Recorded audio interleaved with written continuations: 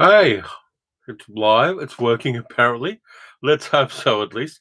Let me know how the video and the sound are going because we had that glitch a couple of live streams ago where the sound totally shut itself, and we don't want that to happen again.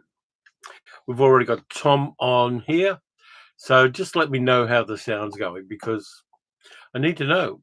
I've got myself a pour over coffee, which is very hot, and I'm just waiting for that to cool down. I've got 2 bottles of water. So I think I've got everything I need to start a live stream.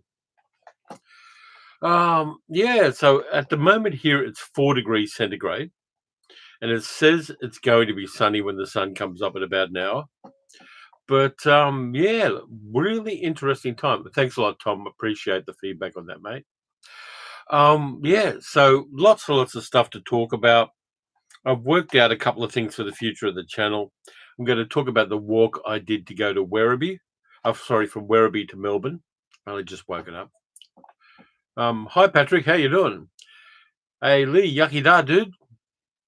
Yeah, so we're doing fine here. Just putting the espresso on, says Peter. Good morning, mate. Yep, you got to have the espresso. I've already had an espresso, and I'm now onto my pour over cup of coffee because I woke up a little bit sleepy because I got that. You get that thing. Remember, when you go on holiday and you can't sleep the night before, and your sleep is totally shit just before you go on holiday. I got that this morning with doing the live stream. So, um, if I'm a little less cogent than I usually am, that's the reason why. DB Cooper says Portland in the chat, 2 p.m. and sunny.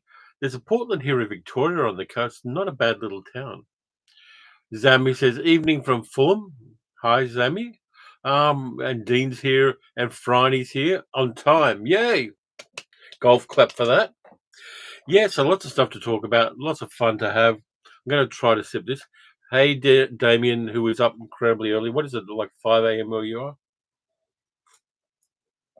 I'll lean in so you can see the hat. I'm not weird. I'm limited edition.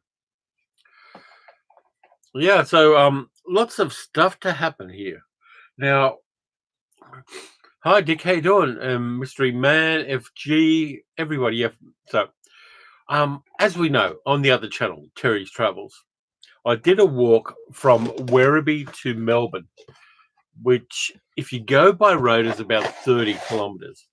But because I walked along the railway lines and did it that way, and it's a much more scenic thing to go by the railway lines, I'll be honest with you, 48 kilometres and nearly 82,000 steps. So I did that. The last video in that series is going to drop tomorrow morning or tomorrow sometime. So I'll have finished that and I've got more plans for the other channel. But it's done me a lot of good. I've got a lot of exercise. I got a little bit fitter. I traveled the land, kind of like caning, kung fu, just traveling the land. So I did all of that. Lee says, just sub to Terry Travels. Meant to do it in the last live stream. Thanks, Lee. Appreciate that. I'm trying to build that channel up so eventually it will get monetized. And if it gets monetized, the money that I get from that channel will go towards traveling. Excuse me, I got to blow my nose. Mystery Man says my sound is cutting out. Sorry if it is. Phryne says it sounds good. So it could just be a local glitch. Let's hope so. Damien says, Heather and I have really enjoyed watching your walk. Tom says, my previous Terry Travels was the best one so far. I love that one. Just going past a 15-meter tall golden Chinese goddess was mind-blowingly good. And also on that walk, I got a really good coffee just at the start where I went into the Baby Elephant Cafe in Seddon. I wasn't expecting to find good coffee on that ride or that walk, but I did. It was just fantastic. I just had a great time with it. And as I did more and more of the walks, and ultimately there were 9 of them, I really had kind of got in the groove of it. And also I got a little bit fitter, so it was less arduous doing each of the walks. Once I did the one that went about, I think it was 9 or 10 kilometers, I knew I could do it. I had a proof of concept. I knew I had got slightly fitted to the extent that I could really do the walks, and I'd been sedentary for 5 years. Since lockdowns almost, I've been fairly sedentary. And so doing this was good for me. I talked to my GP, my doctor, a couple of days ago, and he's a bit stunned that I walked to Melbourne. But I've got more walks around Melbourne that I'm going to be doing in future videos. So there's tons of content for that channel. Lee says, fanging around the countryside. What does that mean? Basically, just walking the land, like Jules did it after the end of Pulp Fiction. Ramsey says, howdy partner from West Los Angeles at 2 p.m. on a sunny Sunday afternoon. Yeah, well, I'm glad that it's fairly hot and sunny in Los Angeles, because the last thing you want anywhere in America at the moment is ice. Carol says, cool, really enjoy watching your travel vids. Thanks, Carol. Having a good time. And by the way, Dick, your channel is starting to really bang on. Uh, People should check out Dick's channel, because he's doing lots of collectibles and things like that.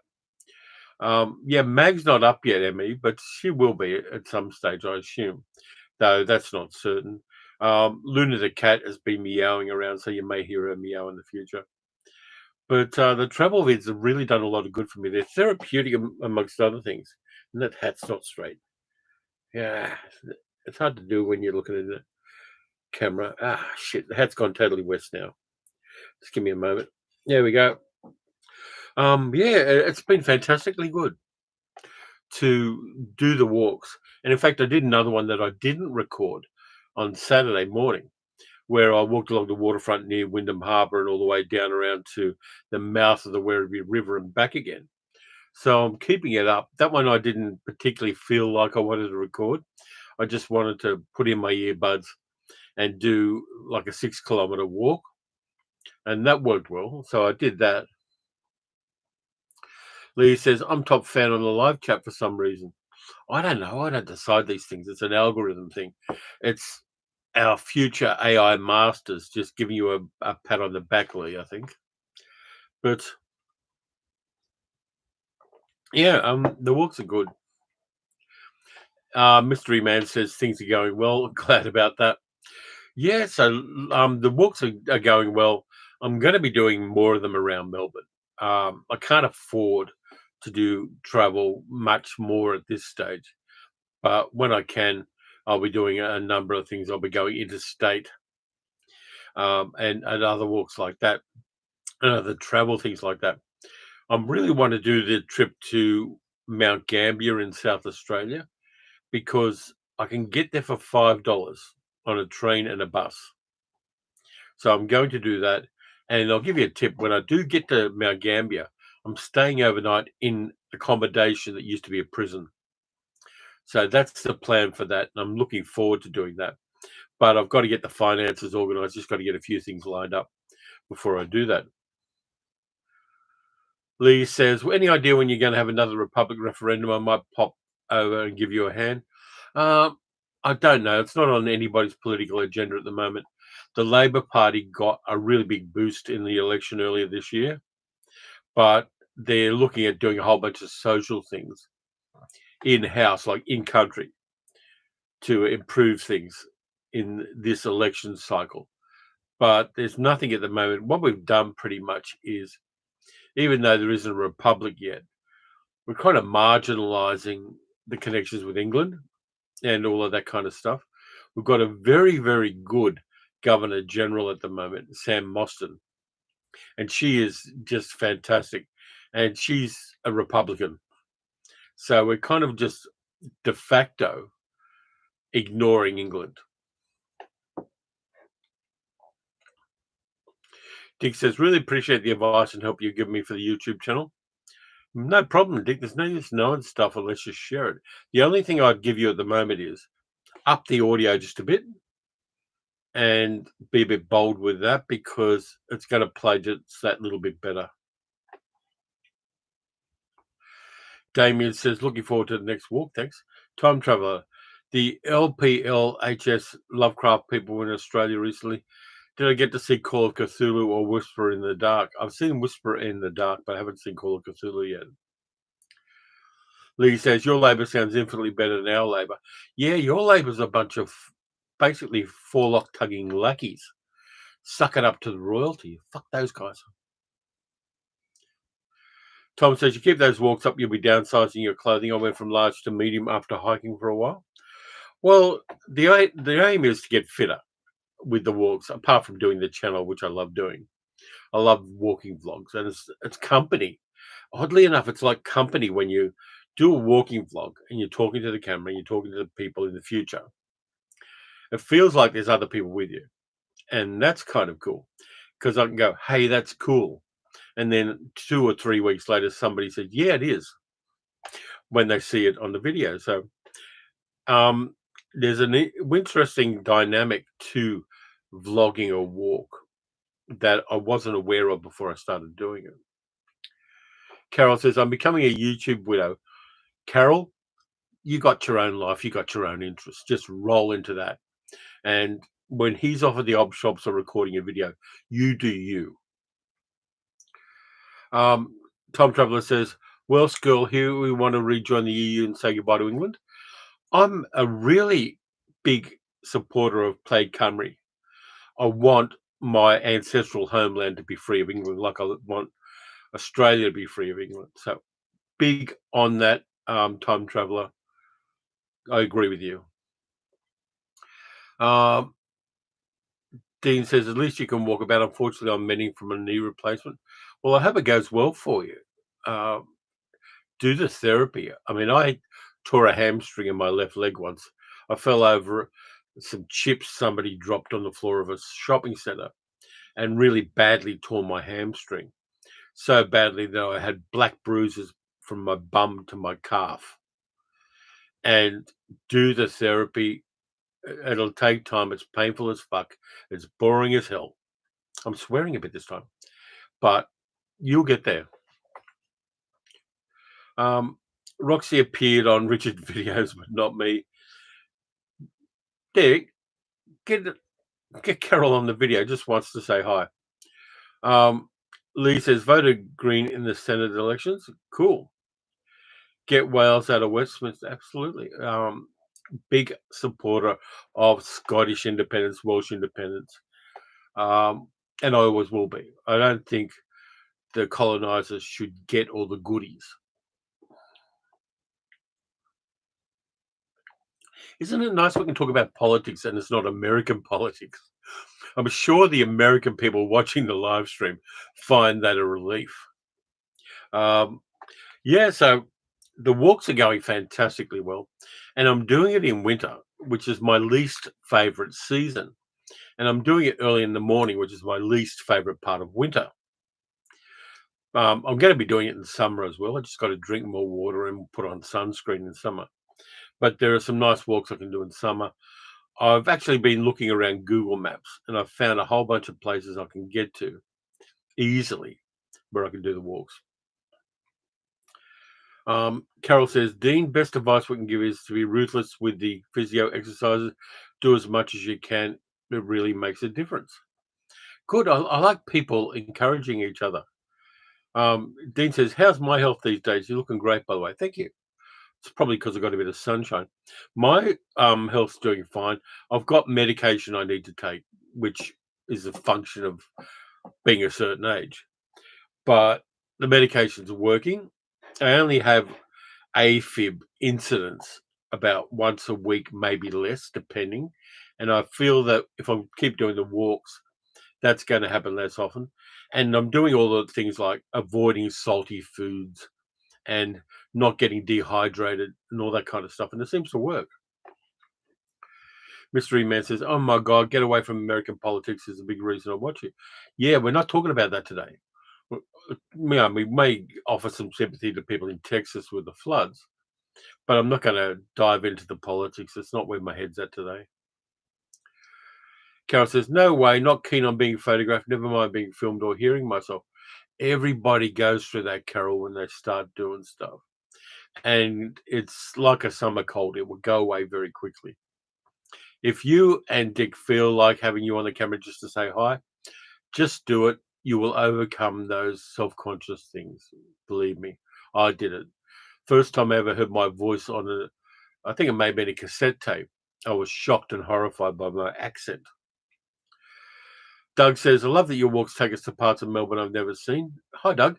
Um, that's the point. I think for me, yes, I can do all of the posh stuff in the middle of the city and that kind of thing, but I kind of like the liminal spaces, the interstitial stuff, the places where famous vloggers and famous influencers and famous celebrities pop into Melbourne and they do the Shrine of Remembrance and they do Captain Cook's Cottage in the park and they do all the upmarket areas. But there's a granular, interesting texture to the places that those people A don't know about and B would never go to.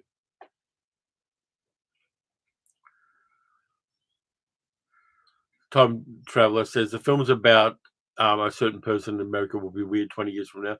They're weird now. They're deeply weird, but I'm going to steer away from that because there are people who come here to get a relief from the shock and awe of what's going on. Lee says, Carol used to feel that when I started using Skype way back when. Yeah, people will overcome how they feel because your voice in your head, your voice as you hear it when you speak normally, you've got all the resonance chambers in your skull. It sounds qualitatively different than when you're recording it and playing it back. So there's a kind of uncanny valley of sound that happens between you talking and hearing yourself when you talk and having it played back to you because it doesn't have all of the resiny bits in your skull. Dick says, getting used to hearing myself now, the more videos I've done, that's exactly how it happens. Absolutely right. And Friday says, that time traveler, if you want a crossover between Australia and Cthulhu, try the board game Australia by Martin Wallace. It's a train game or war game and has great old ones. I think there's also a couple of anthology short story collections about Cthulhu in Australia as well.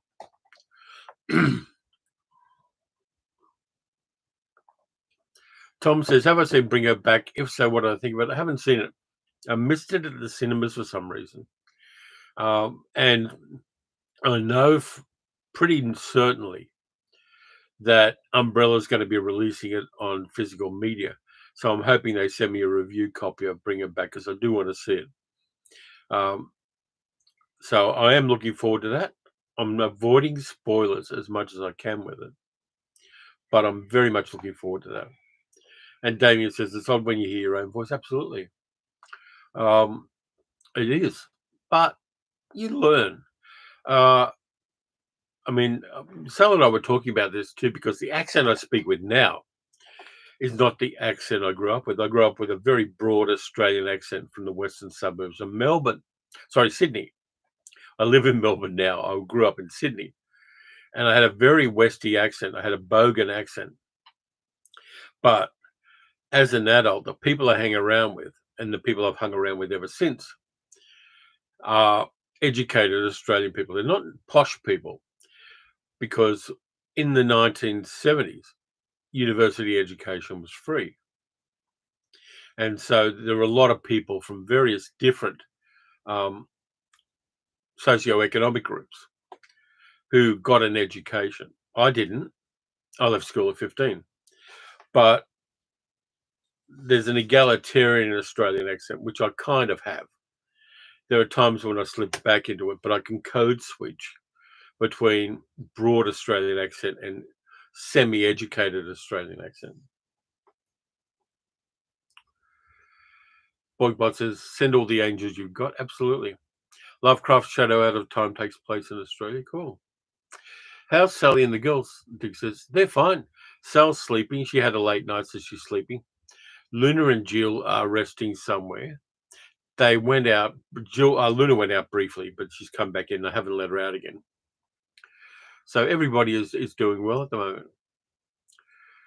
Ramsar says, this is a train ride from Sydney to Melbourne. Pretty scenic. And how long does it take? 11 hours. And it's not particularly scenic. It's not one of the best train rides. I've done it a number of times. When my mother had dementia and was dying, I did it like 6 or 8 times, and it's a boring train ride, and also because the train travels in culverts for a lot of it. You get no cell phone signal for half of the trip. It's a 19th century train line winding through the hills. We need a fast train between Sydney, Melbourne, and Brisbane, but we're not getting one at the moment. So it's boring as hell. It's not expensive. It's about $100, but it's boring as hell.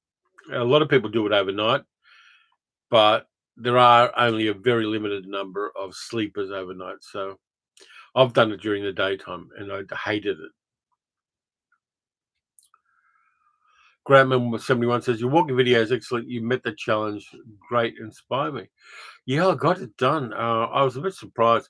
I actually had a letdown at the end of the walk, which was weird, but I'll talk about that in a future video. Great race of youth is there. Time travel. The first 100-year anniversary of Fritz Lang's Metropolis is coming up. Time for a reboot? No, leave it what it is. We don't need to reboot Metropolis. It's in the public domain now, by the way. But um, I think let the movie be what it is. There are some really good copies of it as a complete an edition of Metropolis as we're ever going to get. So just enjoy that. Boinkbot says, I'm living in what was once the United States of America. I'm in hell now. Well, sorry to hear that, but we'll try to distract you from that. You need a breather, and that's what this live stream is going to be. Ralph says, just a little late. Good time of day, everyone. Thank you. Are the train rides expensive? No. I mean, if you go on the Indian Pacific between Sydney and Perth, you got to pay an egregiously large amount of money. And for that kind of money, you can pretty much take a business class flight from Sydney to London. But yeah, the other trains are easy. Trains in Victoria, the state I live in, all across the state, and Victoria's about the size of the UK, and everything is $10. You can go a train or a train and bus combination anywhere in the state for $10.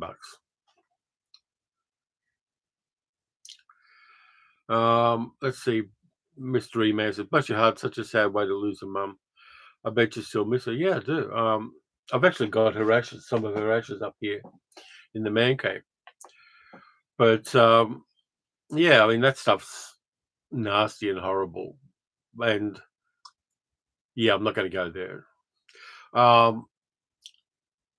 Friday says, Lee asked what channel I moderate. Is it okay for me to mention? Yeah, it is. I don't know whether it'll let you put a link to it, but you can mention the title, Friday. Please do.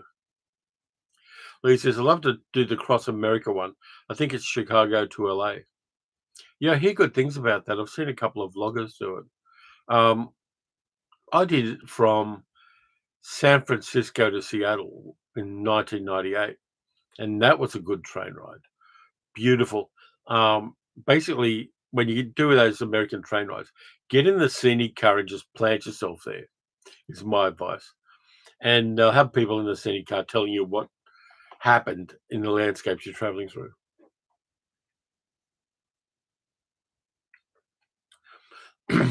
Though there are travel warnings for the United States in the Australian Foreign Affairs and Trade website saying, be very careful if you go there.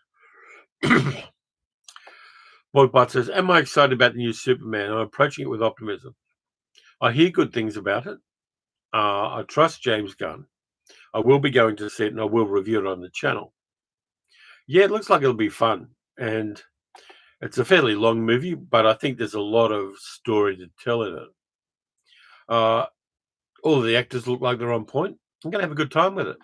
It's like we've got this month Fantastic Four First Steps coming out. I'm really looking forward to that. And I'm hoping my friend Grant can get me a +1 to the premiere of that.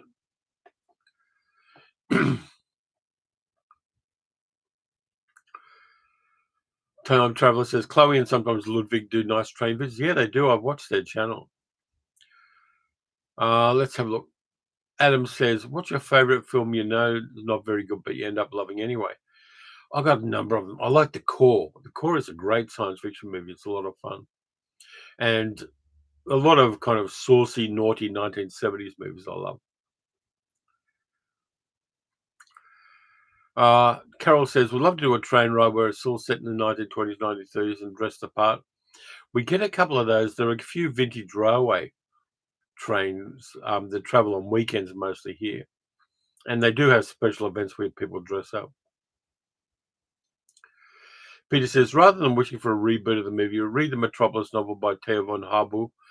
It's a German expressionist work darker than the movie. I've actually got a copy of that somewhere here in a very ratty paperback edition. Ramsar said, Amtrak's Coastal Starlight train from Los Angeles to Seattle offers spectacular views of the Pacific Ocean, the mountains and forests. It does.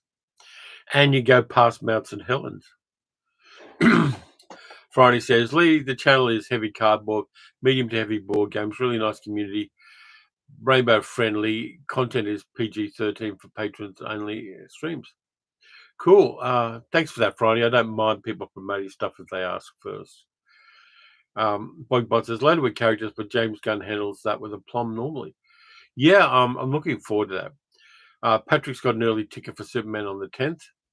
Carol says, looking forward to seeing first steps in Superman. Might even go to the cinema to see them. Richard's not keen, though. Drag him in there. Tell him it's a date night. Force the hand there, Carol. He'll enjoy himself when he gets there. Patrick says, here in New Mexico, we have an old west coal-fired train trip. Interesting but smoky. Yeah, you'll always get cinders in your eyes. We've got one up in the hills called Puffing Billy. And, yeah, you get soot in your eyes. And he says, I just really want a fun Fantastic Four movie. Fingers crossed. Looks like it'll be interesting. I think Marvel is doing some interesting things, like as much as possible, they're doing practical special effects and then using it up with the CG stuff. Worst date night double bill, says Adam. Let me see. Worst date night double bill. Solo and In the Realm of the Senses.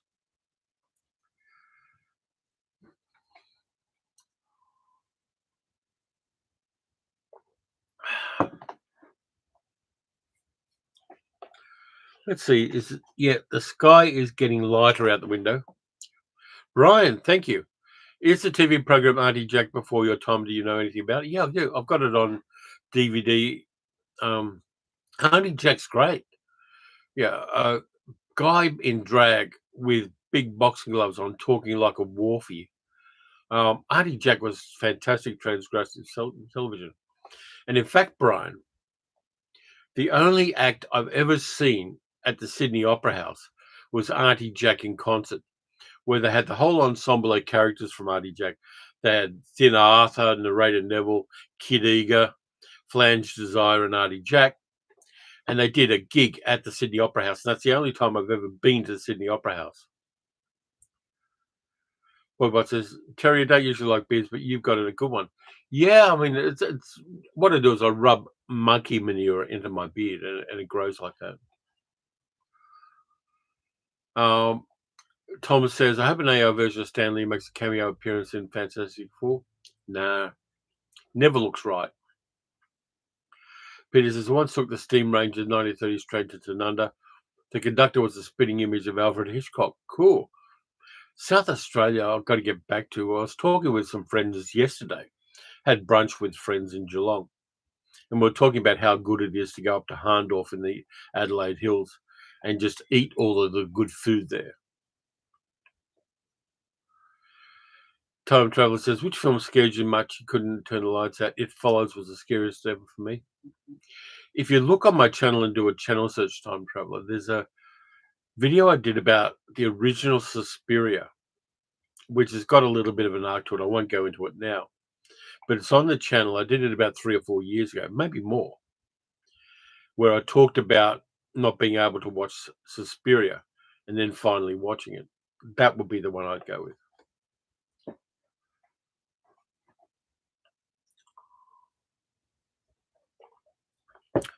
What else have we got on my list? And I've got a list here.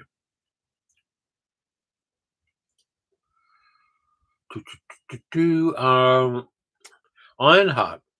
I watched the first season of the Disney um, Marvel series Ironheart, which stars Dominic Thorne as Riri Williams, a young female broke Tony Stark kind of character, and I enjoyed that. It actually dips into the science side and also the magical side of the MCU, and it's got some really interesting stuff in it. And they brought in a heavy hitter magical character from Marvel Comics, who people have been speculating about for years. It's kind of fun. Cliffhanger ending. Second season is going to hit hard. Really well made. Doug says, if you guys are ever in Adelaide, the coffee's on me. Thanks, Doug. Appreciate that. Yeah, Franny says, Ironheart like the first 5 episodes. Yeah, I think it works. Darren, thank you. $8.50. Shout Terry Mount Tandon on coffee. Yeah, $8.50 for a coffee at the top of Mount Dandenong. Friends of mine were shocked by that yesterday. My friends Craig and Julia. We went to breakfast along the waterfront at Geelong, and yeah, $8.50 for coffee. Time travel. The Relic terrifies me. The big nightmare was War of the Worlds radio thing with Jeff Wayne. Still can't hear the songs without shuddering. The Relic is such a cool little film that people don't really talk about. I just love it. I've got it on Blu-ray, and I really like The Relic. It's one of those hidden gems. Dean says, what's my thought on the Squid Games? Never seen it. Don't like it. Not my kind of jazz. Um, the mean-spiritedness of that kind of, you know, monetizing the desperation of poor people is not something that I find, even in a fictional form, very entertaining. Point Bot says, I'm not religious anymore, and it still affects me at a gut level. Well, it's good that you overcame the religious thing, but yeah, I know what you mean.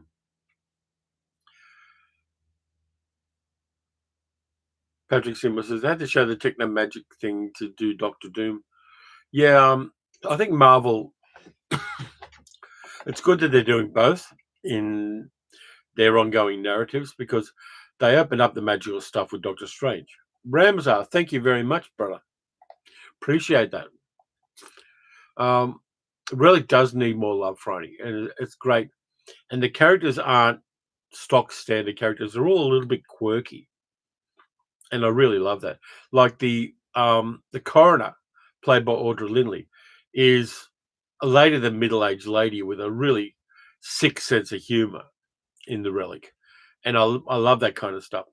They picked the actors for the roles so incredibly well in that film that I've got total love for it.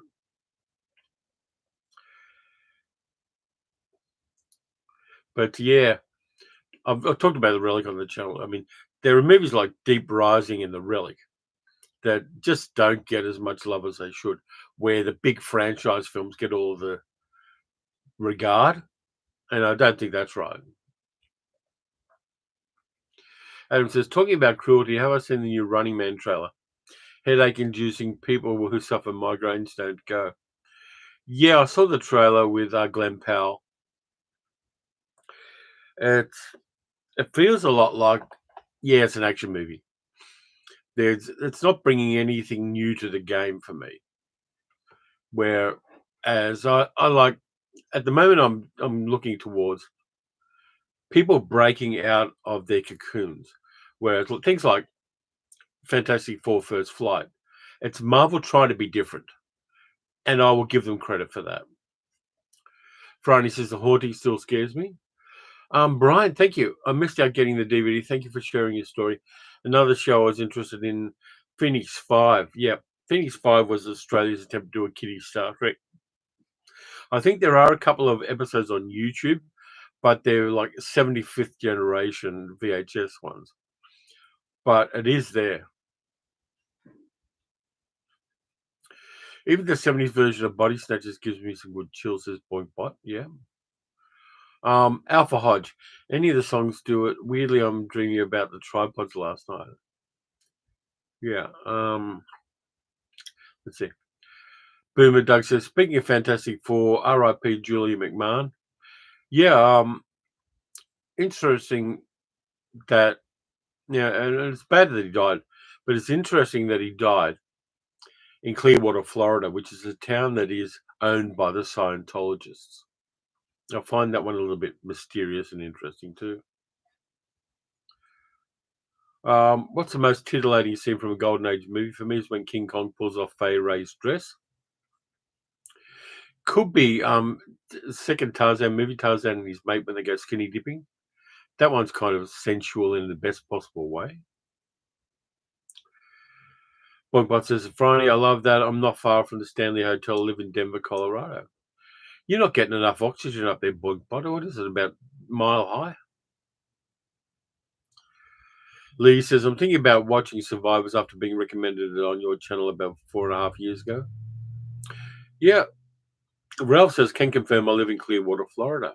Yeah.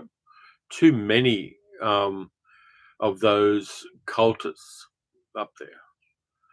Jose says, good afternoon, or rather morning. I just thought I'd jump in and say hi. Thanks, Jose. I appreciate that, mate. Keeping cool there. Yeah, but still 4 degrees centigrade here.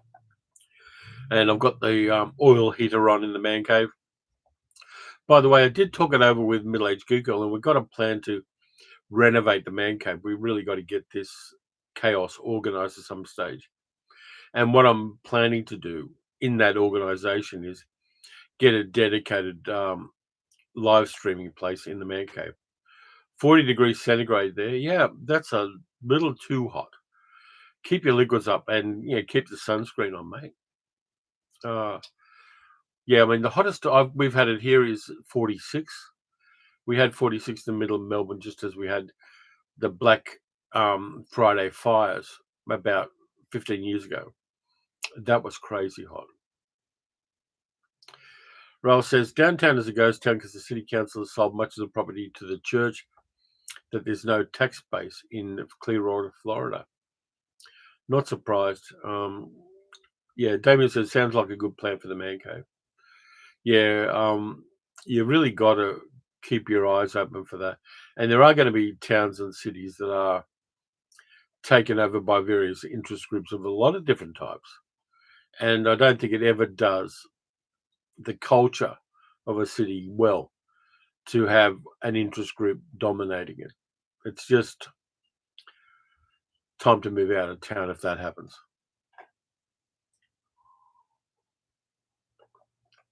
Ramsar says, I'm booked for Superman in IMAX on July 15th, not doing 3D anymore.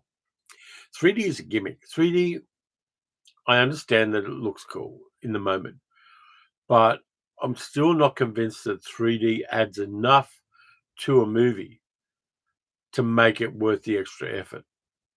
I mean, for me, it's about story and the characters, cinematography, the look, all of the mise en scène. It's not about whether something jumps out at the screen at me.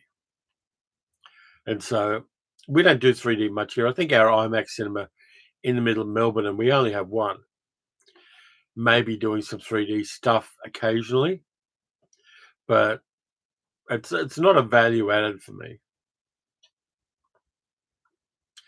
Friday says, I didn't know until watching a video on Edgar Wallace that he wrote King Kong. Yeah, he did.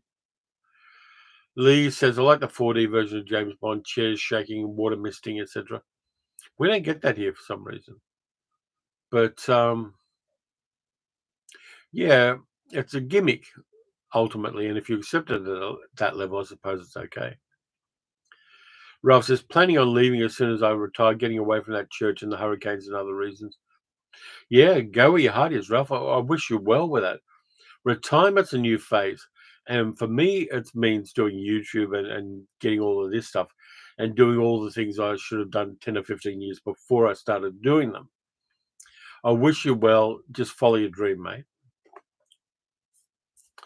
Carol says, does anyone else have trouble seeing 3D? I can never see it. I haven't. Maybe it's the kinds of glasses they've got or where you sit. I don't know. But I get it and I understand it and I can see it, but it doesn't impress me. Adam says 3D can work. House of Wax is probably the best example when Bronson jumps out from the bottom of the frame. It's amazing. Yeah, I've just seen that in 3D. I put on 3D glasses for House of Wax and it kind of works. Thomas says the 3D Skylab feature was the best 3D movie I've ever seen. Hmm. And Damien says, I hate it when makers trying to make a film in 3D. It's not 3D. Yeah. Lee says, exactly a nice gimmick that I probably paid 10 quid extra for. Yeah. For me, it's about the story and the acting and all of that stuff. I did see, I think, one of the Avengers movies in 3D, and I found it took me out of the story a little bit because I was watching for the next bit of cool 3D rather than following the narrative. Carol says, I can never see those magic eye pictures either, so maybe your eyes don't work that way. That's possible. I can see the magic eye ones. I've got that gift. Ramsar says, great Chinese movie Shadow on Amazon Prime, directed by Zhang Zimu, who also directed Hero and House of Flying Daggers. Cool. Patrick says, I like 3D more and the depth it gives the background makes it literally immersive. Okay. And Lee says, I always felt 3D looked like those cutout theatre plays that you can see all of the layers. It's a diorama thing. Boomer Doug says, I agree, retirement's a fabulous beginning for me, not an end. Love my YouTube hobby. Absolutely. Find it something you're passionate about and do it. Doesn't have to be expensive either because some people have reduced financial circumstances in retirement. You can find things to do and find things that are really cool that don't cost a lot of money. Mystery Man says, I agree that 3D has its faults, but I give a lot to see Creature in the Black Lagoon in 3D. Yeah, I wouldn't mind it.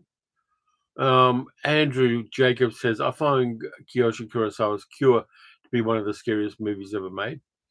There are a lot of J horror films that I avoid because they look way too intense. And they are. There's a lot of very intense Japanese and South Korean horror movies that really hit hard. Peter says, Monsters vs. Aliens was the blast of best 3D movie I saw. It is a gimmick. Mm-hmm. And Adam says, have you seen Amazing 3D? What an odd film. Yeah, that frog thing in that is kind of what the. Carol said, Richard's brother-in-law had a 3D TV with glasses. I tried it and got a blinding headache. Never again. Yeah, that doesn't suit some people. Damien says, I have 2 years of my retirement so I can be reunite with Heather. Yeah, because Heather's looking after family there. You'll get there, Damien, and find that passion when you do, mate, and dive into it. Why is this hat not sitting straight? My fucking head. Yeah, there we go. But yeah, it's really great. Hey, I've got a question. I've got 2 questions for you. Jose says, I was going to mention the maze as well. It came from outer space. It's great on 3D. And there's rubbish like the bubble. Yeah. Wonder if the heyday of adult cinema they ever had made 3D porn. Yeah, they did. There was a thing called the swinging stewardesses, I think. There were a couple of them. But here's what I got. I got 2 questions for you, and one of them relates to what Dick just said. Why don't they remake classic adult films? Why don't they remake the opening of Misty Beethoven and Champagne for Breakfast and all of those cool adult films? They're remaking all sorts of mainstream genre tat. Why don't they remake adult films? Remake a classic adult film and put it out on a big screen. That was my weird thought that I had. Like remake Deep Throat because it's a comedy ultimately, and a lot of those 1970s adult films were designed as movies and not just something you watch for 3 minutes when you've got a 3 minute spare. So I think that in somewhere, somehow, there's a market for remaking classic adult films. And I don't know that anybody is. I don't know how difficult it will be to get the rights. But just a thought that every other kind of film gets remade except adult films. And that seems slightly odd to me. And the chat's gone silent after I made that pronouncement.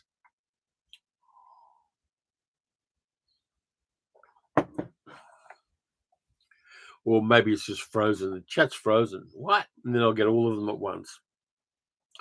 And won't that be fun? Well, let's see. What else have I got around here? I've got a few things that I picked up, and this one's disappointing. It's actually been released by Viavision. Hang on, here comes the chat. These studios are too scared to take that risk. They may want things that are fun or have proven a financial success. No time for risks. Carol says, I've been watching the early Marvel films recently. Amazed that they're nearly 20 years old now. Yeah, it is.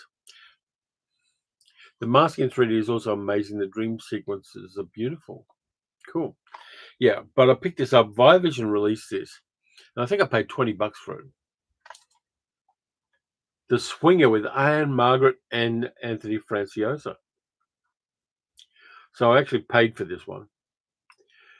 Really groovy 1960s movie. Not great, but it's of its own kind of thing. Here's the problem I've got.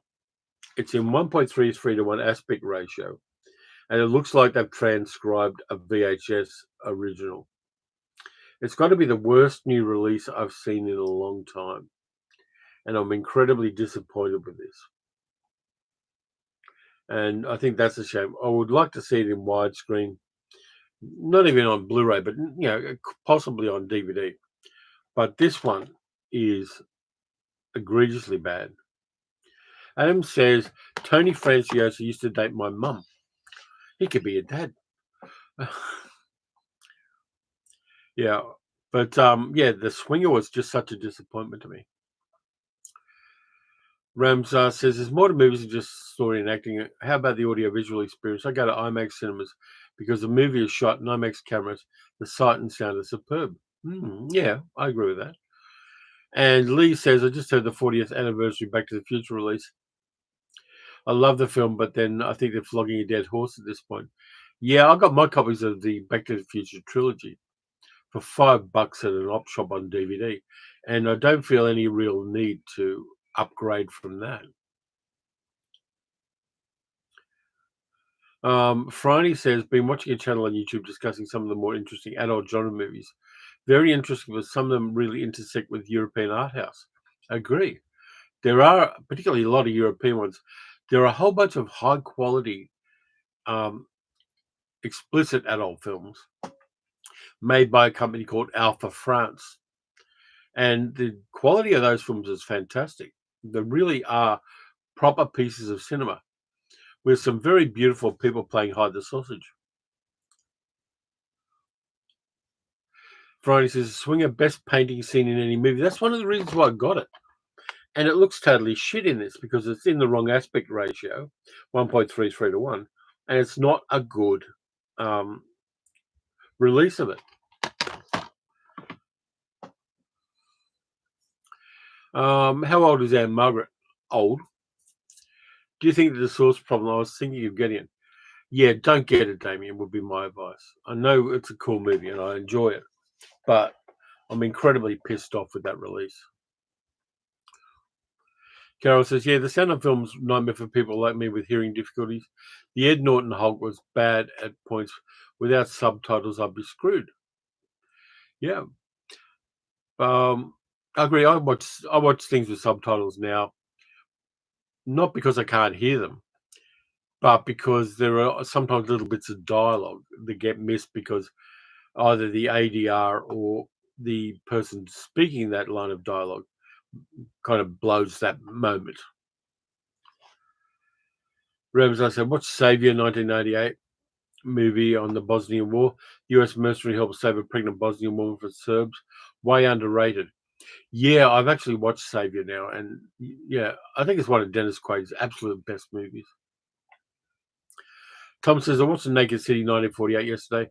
They used over 100 locations in Manhattan. Oh, yeah, The Naked City. If you haven't seen that, such a grim, realistic crime movie. I love it. It was a breakthrough for Hollywood as well. Adam says, love Bye Bye Birdie, although it's not all great. I like it too. I mean, just Anne Margaret and who is it? Is it Bobby Rydell? Just dancing, and Fantastic. I love it. And it's got Paul Lynde in it. So why wouldn't you love that movie?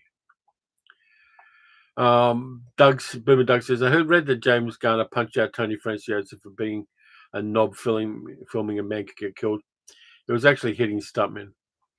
Yeah, I can see that. Jimmy Garner didn't take shit from people. He didn't have to. He was a war veteran and apparently a real mensch. So, yeah.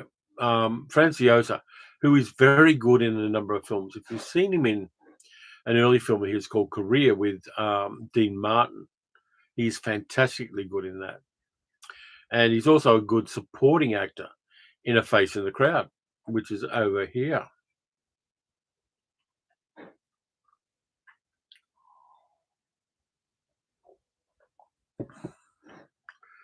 Ross said, I recently watched Beach Party on Amazon UK, and the aspect ratio was wrong. Very annoying and really no excuse for it. I love Beach Party. I've actually got it on DVD in the right aspect ratio, and it's a lot of fun.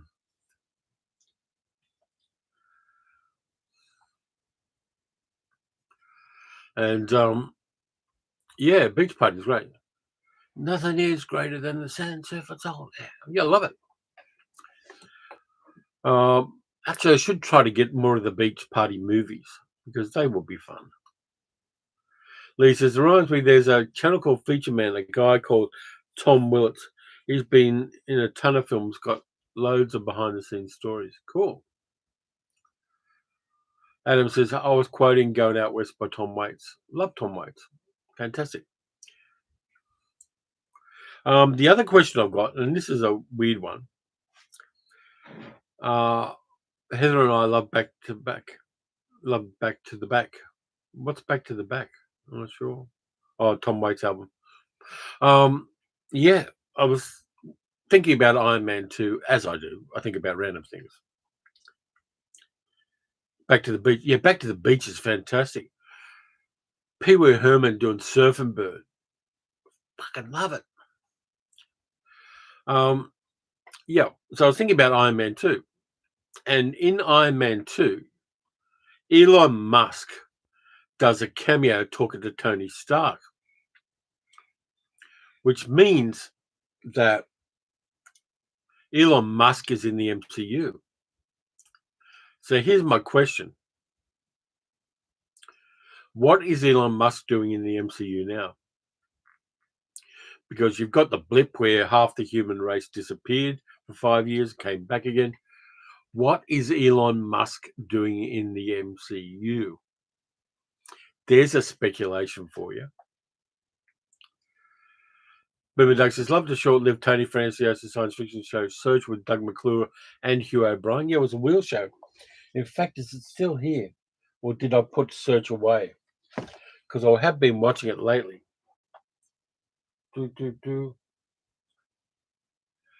Let me just see if I can wheel over.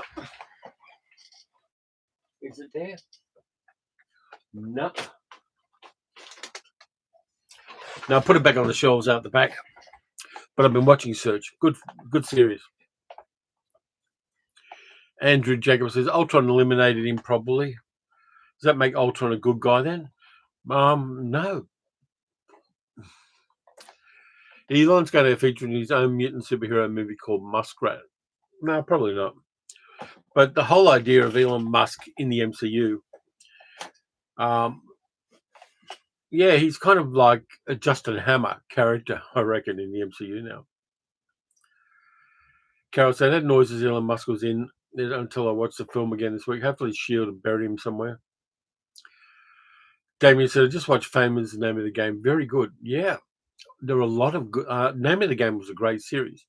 What they should do and what Imprint should do, there is an episode of Name of the Game which was directed by Steven Spielberg and starred Gene Barry called Los Angeles 2017, which is a future speculation about a polluted Los Angeles where people are living underground. Written by Philip Wiley, I think, or somebody like that. There is a copy of it on YouTube, but it's a banger of an independent little episode of science fiction thrown into the middle of a 1970 TV series. Doug says, didn't know Search was available on DVD. Must try to find it. Yeah, I picked it up about 10, 15 years ago. Adam says, what do I think of overall 21st century cinema? I'm a little underwhelmed. The thing is, with cinema, innovation and the cool stuff is never in the center of things. It's never in the middle of big studio Hollywood. It's coming in from the outside. Interesting companies like A24 and Blumhouse and the Australian film industry, which is starting to do some real banger horror movies. Everything comes from all the cool stuff comes from the edge. So if you're looking only at the mainstream of cinema, you're never going to find the cool stuff. And it's always been that way. It always will be that way. So I've got hopes for cinema in the 21st century.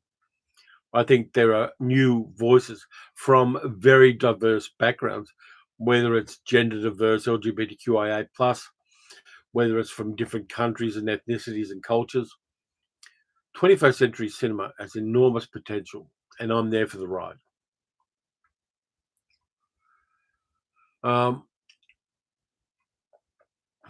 Henrik says, what is Donald Trump doing now in the Home Alone universe?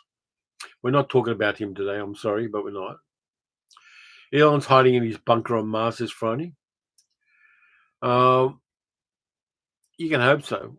And, choking on perchlorates. Carol says, Elon will not be very clever in a world with Tony Stark, Dr. Banner, etc. And also Riri Williams. Elon Musk is not an innovator. He buys companies that innovate. Ross says, one might well argue that since Daredevil Born Again is an allegory for Trump-style government, then I guess Musk is a guy who Kingpin fell out with and he ran off the East studying his own dodgy thing. Ran off the West, yeah. Dean says, heard that Lalo Schifrin died. Yep, Mission Impossible Manic Swings Bullet soundtrack. Yeah, Schifrin was great. I've got a number of his soundtracks on CD. Enter the Dragon soundtrack alone is worth building a statue to the guy. Ramzar said, watched F1 the movie in an IMAX theatre. The action is edgy as superb. It's exactly the type of movie made for IMAX with great sight and sound. I think F1 the movie is product placement for F1. Yeah, I believe the story is good and I believe Brad Pitt's good. But it does seem very much like a product placement movie. And do we really need more of that? Elon was really a Skrull, says Emmy. No, I think the Skrulls are much cooler than he could ever be. Yeah, Mark Snow, the film composer, also died. Damien says, I'm finding that animation from other countries good. Storytelling like Flow and Four Souls of a Coyote. I want to see Flow. I haven't seen Flow yet, but I hear good things about it. I'm sure Sal will want to watch it too.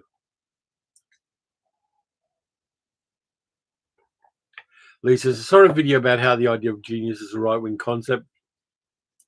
I'm tempted to agree as no one ever comes up with something in isolation. Everyone owes something to their predecessors. Absolutely. I mean, people build on other things.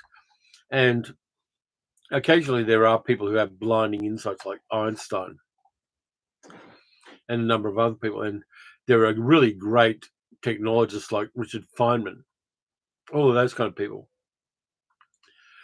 But yeah, you need a cultural base to encourage people to follow their passion, and genius things will happen. And that's the thing. There's that line about there are geniuses who are building houses with bricks in India because they never got the break. And that's it. You've got to encourage aspiration and excellence, but in a very better cultural thing, not a capitalist thing necessarily. And capitalism is now being shown to be flawed as fuck. But in a kind of gentle socialist thing, I think it'd be fantastic if people just let creation and innovation flourish. Carol says, love Goose in Marvel. I thought they did a really good version of Carol Danvers' story. They did. Bonkbot says, if George Miller approached you for a role in the next film, would you do it? No questions asked. I'm not an actor. I just play one on YouTube. if he wanted me to do a cameo or like a small thing where I get myself an IMDb credit and paid me money, I'd do it. But it's not my skill set. I love a lot of the things George Miller does, but that's definitely outside my skill set. Einstein acknowledged that he built on the shoulders of giants. Front, he says, absolutely. Um, Lee says, even Einstein built on his peers. He also had the grasp of the mathematics was terrible and suggested he may have had a lot of help from his wife. Absolutely. And Doug says, Lila Schifrin makes everything better. Best version of Starsky and Hutch theme. There's a great YouTube video of his band performing Mission Impossible live. Cool. Dick says, not been a good week for cinema and TV with all the talent we lost this week. Bonkbot says, it's banjo for no reason. Yeah. If you have a look, there's a recent, what's it called? Deaths in 2020 page on Wikipedia. And there are a lot of people dying all the time and really cool and interesting people. I'll just go over a few. Just looking into July here. Chow Chung, Hong Kong actor. Richard Greenberg, an American playwright. Peter Russell Clark, the Australian chef and television guy, who taught a lot of people how to cook. Mark Snow, film and television composer. Let's see. Michael Madsen. I haven't mentioned Michael Madsen died as well. Really interesting, stylish actor. I think would have been suited better to the 1950s than the era he was in. So there's a lot of people all the time just stepping on a rainbow. And that's sad as hell. Lee says, are we having a rerun of 2016 with the deaths? I don't know. I think it happens all the time, but there are times when the media grabs certain things. And also our individual algorithms know the kind of cool stuff we like. And it feeds us deaths we might not otherwise have been aware of. Adam says, Mr. Blonde, but hardly an angel. I agree. Absolutely, he was a very flawed man. But he was a unique kind of persona in cinema. Warren says, what's the Spielberg episode with Gene Barry? What they got right about the future was aged rock star popularity. Yeah. That shocked me when I saw it. I first saw it when it first came out on TV. And I was shocked at the idea of old rock stars. It was a real headcanon for me. But yeah, it's Los Angeles 2016 AD, 2017 AD, sorry, is a really good piece of 1970s television. Really, really underrated. Ramsar said, my top 3 movie releases of 2025 are Sinners, F1, and Warfare. Haven't seen Warfare because I'm not particularly interested in that. But Sinners blew with me away. That genre-breaking bit in the middle with the big music scene. I'm not going to do any spoilers on it. Please don't do spoilers in the chat. That music scene in the speakeasy was just fantastically well done and fantastically bold. And Ryan Coogler totally nailed it with that scene in particular.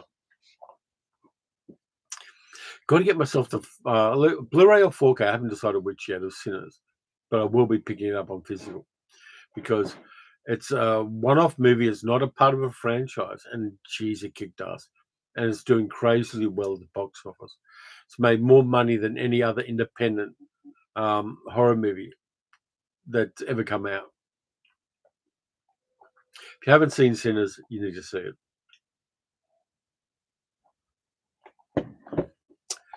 What else have I got here? Oh yeah, I've decided to do a theme for August on the channel. And the theme is Art House August. And I'm going to be watching 31 art house movies in the month of August and doing videos about them.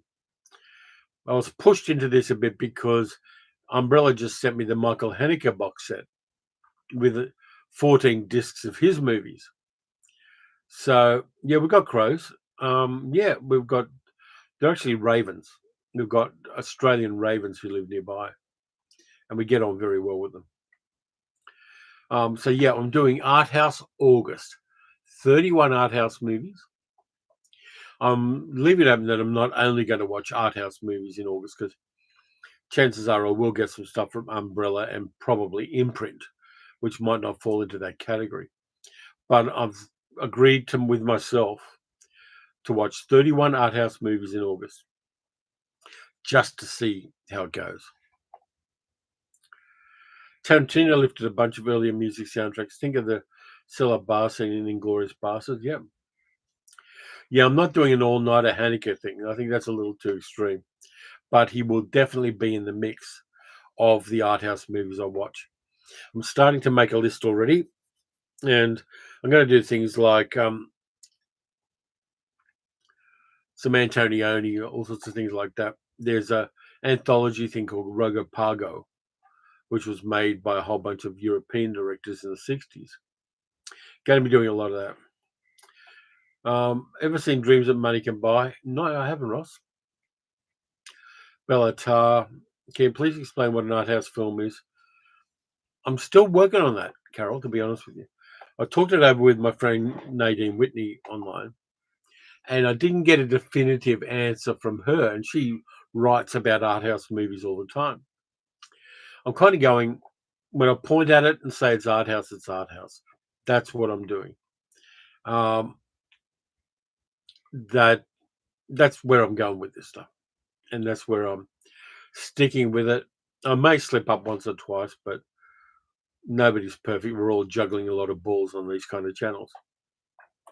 Ralph says, are there any YouTube movie channels you recommend watching? You can always watch Boomer Doug's channel, which he talks about a lot of kind of cult TV and cinema. I like Red Letter Media. I like what they do and their irreverent attitude to it. I like watching Mark Kermode's channel, which is attached to his other media engagements. There are just too many of them. There are just so many good movie channels. And one of the things I try to do is not compete with anybody else. I'm definitely taking things from my viewpoint, but any movie channel people find that ticks their boxes, I think go for it. I think it's this is a great collaborative environment for me. It's not competitive, and that's what I'm doing with this stuff.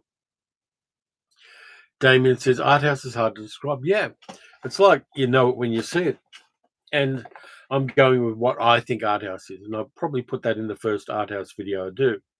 Is you might not agree that these movies are art house, but they're what I think is art house. We get too much into definitions, and that then takes away from getting into the movies.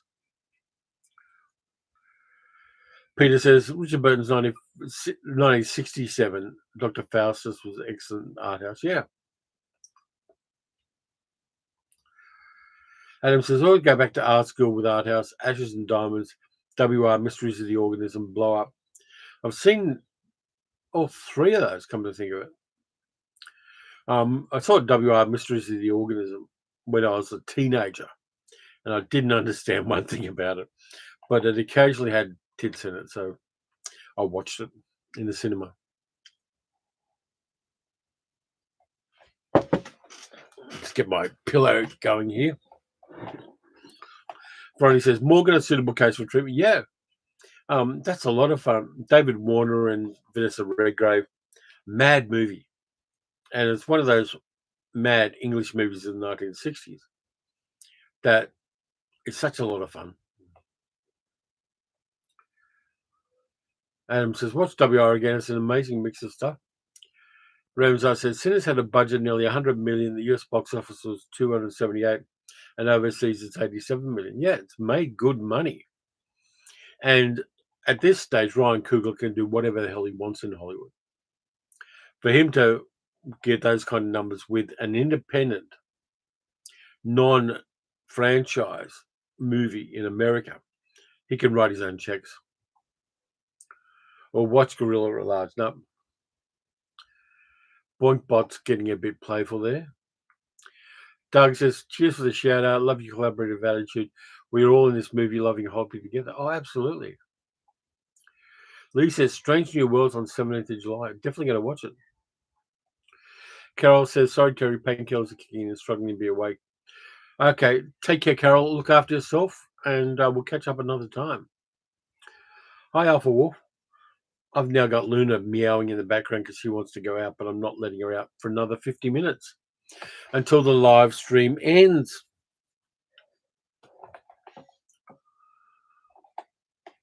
Oh, yeah. Did pick up one other thing, which I picked up mostly for the lenticular cover. Jason and the Argonauts. Lenticular covers don't come up well on YouTube.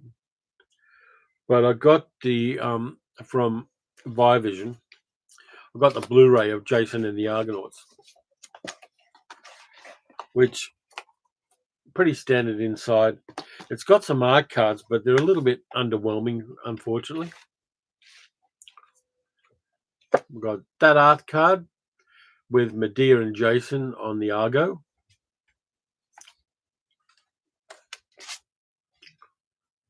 That one with the fleece.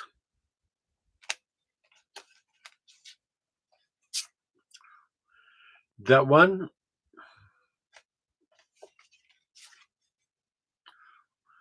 That one in Hera's temple. That one. And that one with Niall McGuinness playing Zeus. Niall McGuinness was an odd choice to play Zeus in Jason and the Argonauts. He was better to play Bacchus, I think. They should have got like Stanley Baker to play Zeus or something. Yeah, the box is cool. And I wanted a premium edition of this. I think I had it on DVD. But I wanted a Blu-ray at least. I watched it yesterday and had fun with it. Talos is just so great. And Talos is probably my favorite bit of Jason and the Argonauts. That monstrously powerful giant bronze statue just worked for me. So I picked that up, spent a little bit of money on it, but I got a deal. So almost the end of my coffee. Definitely the end of my coffee. Yeah, Talos is great. Ramazan says, my AI says art house movies, also known as art cinema, are films that prioritize artistic expression and experimentation over mainstream commercial appeal. Semi-right, yeah. Talos was ripped off in Star Crash. It was funny. Jason still stands up. I like the fact that both Jason and Medea had their voices dubbed because they were American actors. Why didn't they just get good English actors to play the roles? Boypot says, do you and your closest companions ever partake in card or board games? Not really. I'll tell you the story. Middle-aged geek girl and I played Monopoly soon after we got together 25 years ago. And I won and she got the shits and threw the board on the floor. So we don't play board games anymore. Ross says, love Jason and the Argonauts, one of my favorite fantasy films as a kid. The skeleton screaming is pure iconic. Yep. Children of the Hydra's teeth. It was a great scene, that one. Really weird things too, like Tom Baker is one of the people on the Argo, and Nigel Green playing Hercules is fantastic, even though physically he's not right for the role. He brings Hercules to the thing. And Lawrence Naismith playing Argos, the guy who creates the Argo. Great character actresses. Honor Blackman playing Hera. Fantastic. She is just great in that movie. Lee says, I'm sure Friday will agree, but Monopoly's a load of old poo, but lots of much better alternatives. I've actually got a Monopoly set. The Monopoly set I've got the Sailor Moon Monopoly set because I like Sailor Moon. Haven't played it, but I've got the Sailor Moon Monopoly. Adam says, a dream of Harryhausen doing In the Mountains of Madness or some other Lovecraft. There's some good Lovecraft adaptations at the moment. If you look at Underwater, the one with Kristen Stewart in it, it's a Lovecraftian Cthulhu movie. And it's better on the second viewing than on the first. I really like Underwater.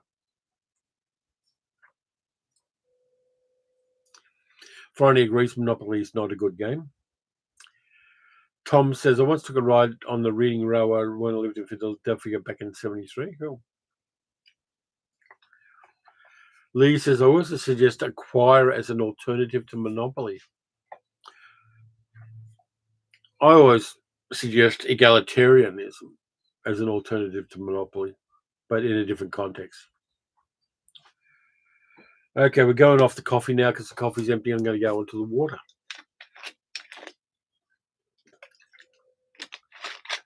But yeah, I'm looking forward to doing the art house movies because I really want to stretch myself. I get lazy in my movie viewing sometimes and just settle into comfort genres and comfort movies. And I always find that I get rejuvenated when I step outside my comfort zone and watch something that I wouldn't normally watch. And there's a couple of things I'm getting this week, hopefully, from Imprint, which are going to do that. A couple of movies that I normally wouldn't watch that are coming out, and Imprint is sending to me. They're also sending me the 4K of Raging Bull, which I want to rewatch on 4K. So upcoming stuff that's going to be very, very cool. But yeah, there's a back cover. I found out that the Argo they had in Jason and the Argonauts was actually a shell over the top of a motorboat that they had. They had like an old fishing boat they renovated and put underneath the shell of the Argo so they could just putter around where they needed to get the boat for the filming of it.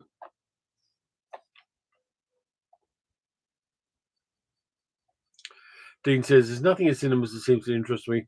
Just rehash sequels or reboots. Anything on streaming worth a look. Yeah, what I suggest is deep dive into things like Tubi and other free streaming services. You'll find some weird and wonderful stuff. Yeah, try to find things by small filmmakers would be my best advice. Warren says, only movie I saw Stanley Baker in was Hell Drivers. Lots of future talent in that. Hell Drivers is a whole bunch of heavy-hitting actors just duking it out. It's such a cool 1950s English drama.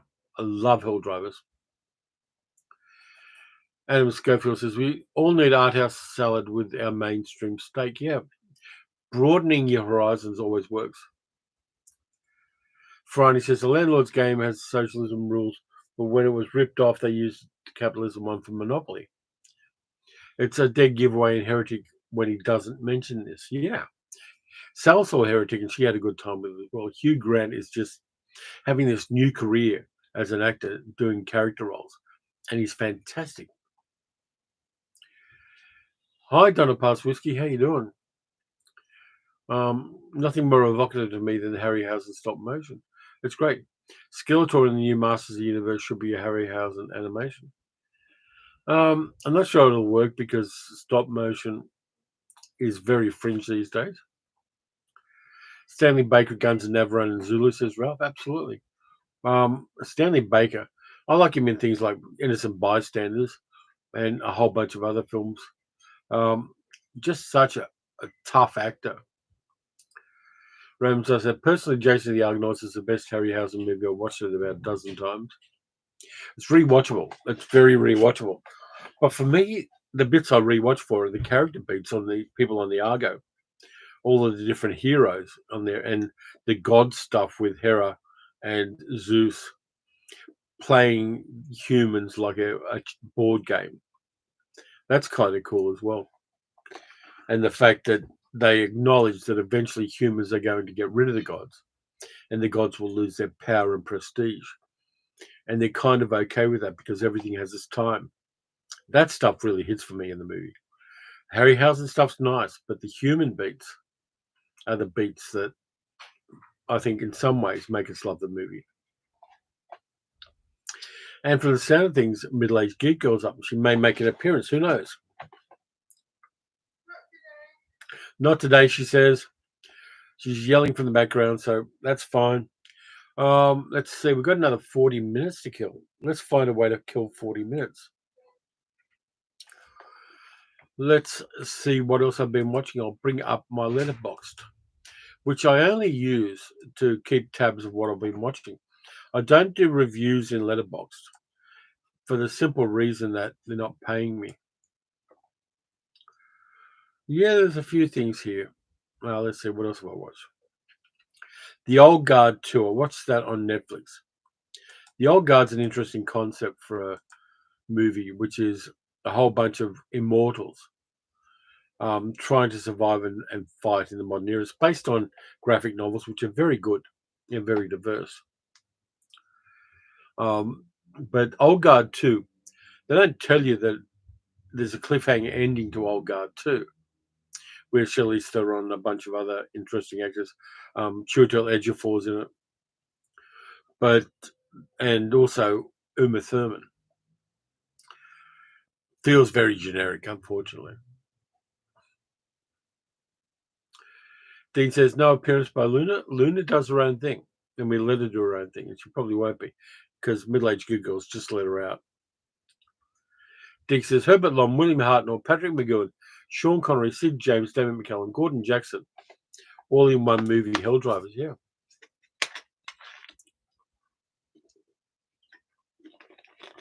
Another great Stanley Baker movie is A Prize of Arms, yeah. And Criminal with Joseph Losey. Hi, Anthony. The scene Robbery with Stanley Baker, Endless Times, directed by Peter Yates, who went on to direct Bullet. Yeah, Robbery's good. Stanley Baker always hit. Never like cashed a check and phoned it in. Just that wonderful intensity. And also Sands of the Kalahari with Stuart Whitman and Susanna York and Theodore Bickel and Nigel Davenport. Stanley Baker's got in that as well. That one works. That was in one of the Tales of Adventure box sets that Imprint put out. Adam says, why wasn't Baker Bond? Because Connery was nailing it when Baker was the right age for it. If you want to see Stanley Baker in a spy movie, check out Innocent Bystanders from 1972. He nails that.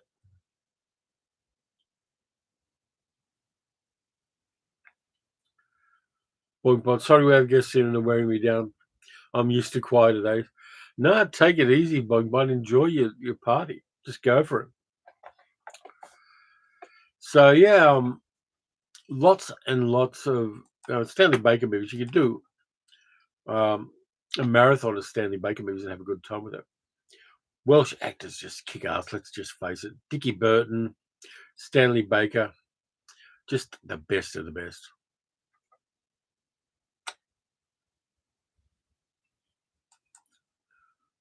I'm not sure what I'm going to be watching next either. I've got a few things. I want to watch a number of things that I've already been given.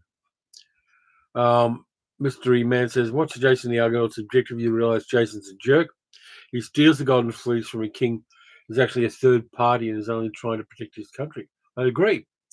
It's a very imperialist and colonial movie in some ways. Adam says, I'm intrigued by your art house choices.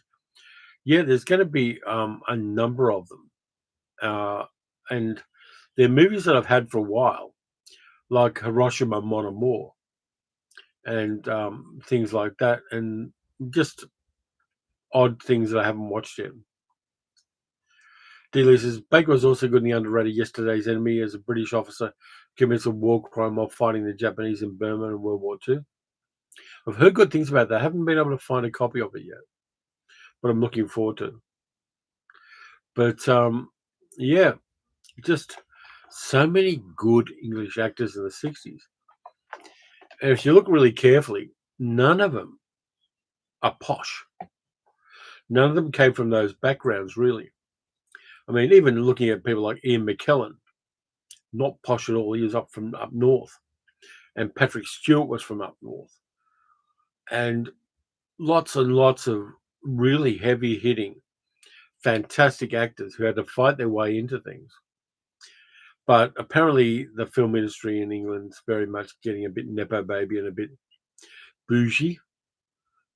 But working class actors are just, there's a granular toughness to them that you don't get, male and female, that you don't get with posh people. Dick says Baker's son Glenn appeared in a few movies in big parts, one of which was Zulu Dawn. Cool. Middle-aged geek girl is now doing the moderation, so everybody watch your asses. Dean says, what happened to those actors who commanded the screen from yesterday? Can't think of any currently as any kind of presence. Yeah, they get older. And they go, I don't want to put up with this shit for another 8 weeks. I'll come in and do a character role and things like that. People make their nut and they do what they like. And also, memorizing dialogue is something that becomes increasingly difficult with age for a lot of people. Fireman 42 says, the end of the Argonaut legend is classic Greek tragedy. The lass leaves him and the prow of the Argo rot snaps and brains him. Yeah. Indicators put out yesterday's enemy, says Damien. I'll have to check that out. Yeah, I'm interested in the fact that there's a few different versions of the Odyssey out. There's the one with Ray Fiennes, which I'm looking forward to watching. And also, Christopher Nolan, I think, is doing a version of the Odyssey. It's out in public domain. Anybody can do it. But I'm looking forward to those ones because it's a good story. And, all of the suitors wooing Penelope while Telemachus tries to hold them off. All of that kind of stuff. It's in Ulysses, the Kirk Douglas version I watched, the Italian version from 1954 that I watched recently. Tarsum sings The Immortals, a superb depiction of Greek gods with an epic battle between the gods and the Titans. Yeah, I've seen that. It's not bad. It's a little dark. I think that the cinematography is a little bit dark in Immortals, but yeah, it's honest. Henrik says, nepotism actors, is there a particular one that annoys you where there's a genuine lack of talent? I don't know. I can't think of any. I don't think there's a genuine lack of talent. I think there's an overabundance of opportunity to a lot of nepo baby actors, whereas other people who do the hard yards and do the training and do a lot more don't get those opportunities. Have I seen Paprika? A long time ago, 5 Moon 42, but not recently. D-Lee says, Jason the Argonauts finishes before he dumps Medea for a younger princess and she turns into infanticidal. Yeah. Peter, the Odyssey has been in the public domain for at least 2,500 years. Yeah, it has, mate. It has. Middle-aged geek says, oh no, my beanie is not centered. Is this where I need to be here? Let me center the beanie just so that Sally's ADHD doesn't get pissed off. Is that better?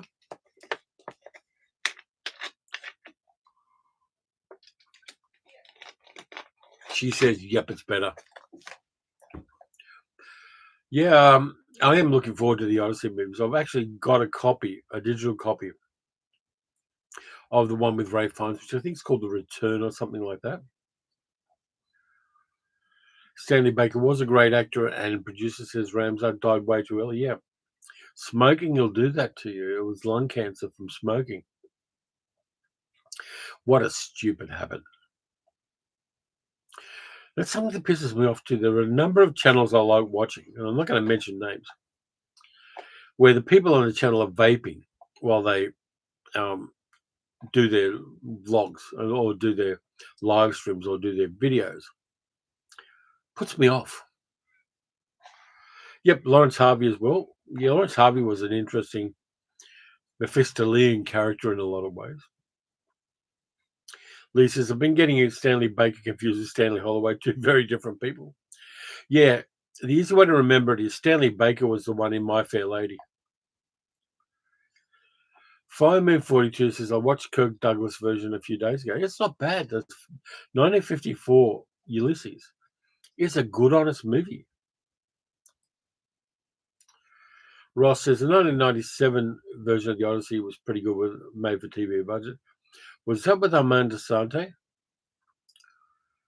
Warren says, have I ever seen Patrick McGowan's Brand? No, I haven't. But, okay, yeah, it was with Armand Desante, yeah.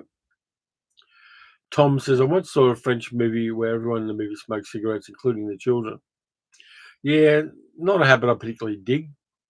Um, I watch a few people doing vlogs in casinos with poker machines. And apparently, Las Vegas casinos are full of cigarette smoke. You think, there's another reason not to go to Las Vegas. Smoking indoors, just no, don't do it. Stupid. Smoking anywhere is bad enough. Smoking indoors is just dishonest and yuck. Hate it. I mean, Bogart would have lived a lot longer if he hadn't smoked. I've got this idea in my head that somewhere there's an alternate universe where Humphrey Bogart didn't smoke and then played Noah Cross in Chinatown.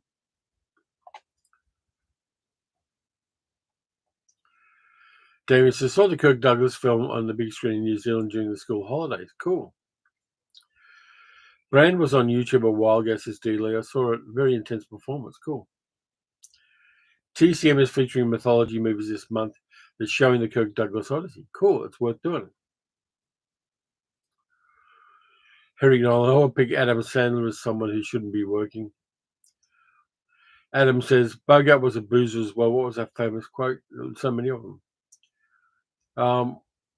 Connecticut casinos allow smoking. I only went once and never again, says Tom. Yeah, our casino doesn't. I've been to our casino. In fact, I walked through it to get to see Thunderbolts when I went to the red carpet premiere of Thunderbolts and walked through the casino. Not my kind of places. But I'm kind of intrigued by people playing Pai Gow and other Chinese gambling games in our casinos.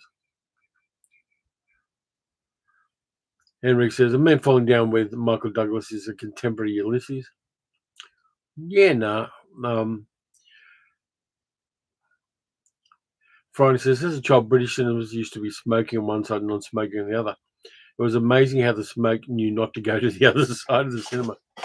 Yeah, cinemas were when I was going as a kid.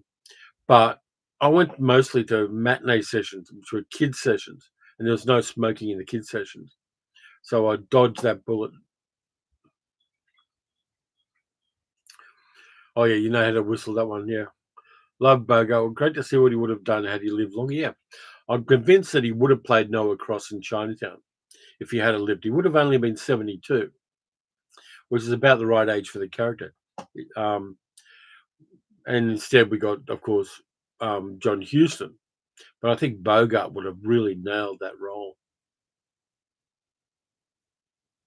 And there are a number of other roles in the 60s and 70s that Bogart would have been fantastic at had he had the opportunity.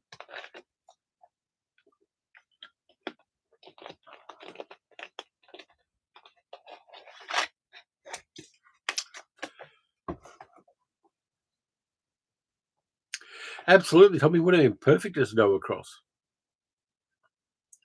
I should never switch from scotch to martini, says Adam. Yeah, that quote from Bogart. Martinis, at least you get the olives. You get some food in there more than you do in scotch. Much though I like scotch. And I like martinis too. Don't drink much. I only ever drink one drink at any one time when I happen to drink because I'm drinking for taste. I did see a friend of mine had a Virgin Mary at breakfast yesterday. Julia and Craig had Virgin Marys. And they did the Virgin Marys with salt around the rim and 3 olives on a skewer over the top of the Virgin Marys. They looked really good. I was tempted. And we also went to a market afterwards. They had a food market on the waterfront in Geelong. And I picked up some camel meat salami, which I'm going to have for lunch.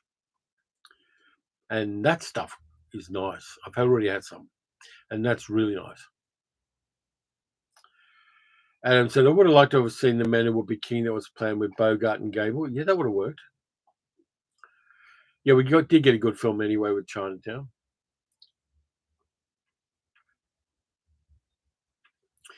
Yeah, Henry. Adam Sandler's done a couple of good movies, but for the most part, annoying as hell.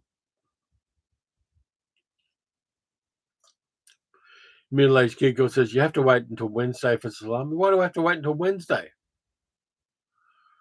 Friday says, "Picked up good DVDs. Naked Killer, good movie. Alien Flux. We're a Battle Royale. I've got that on 4K. Fantastic movie. Kinji Fukusaki just rocks. Mr. Holland's Opus. The Long Good Friday. Classic. House on Haunted Hill. The remake. It's a pity. In the Mood for Love. I want In the Mood for Love, but I don't have it. And I, Claudius, which people used to call I, Clitoris for some reason.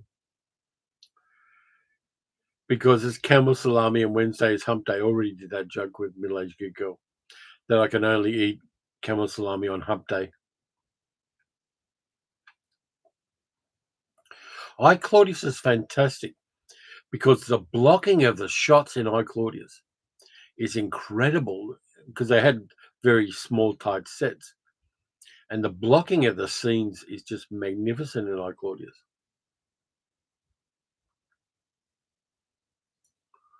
Now I want my salami. Charles Lawton, yeah. Charles Lawton. I've got to rewatch The Night of the Hunter, one movie he directed, because I love The Night of the Hunter. And yeah, I want to rewatch it, I think. Let's see. And there's nothing really else on my list here. Um,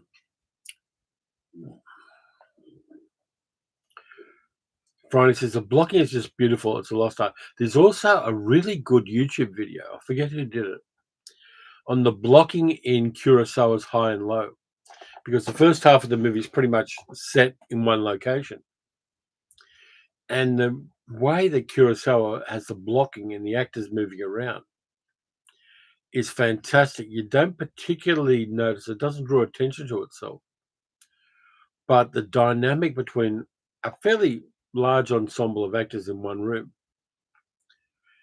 is mind-blowing when your attention is drawn to it. How perfect it is.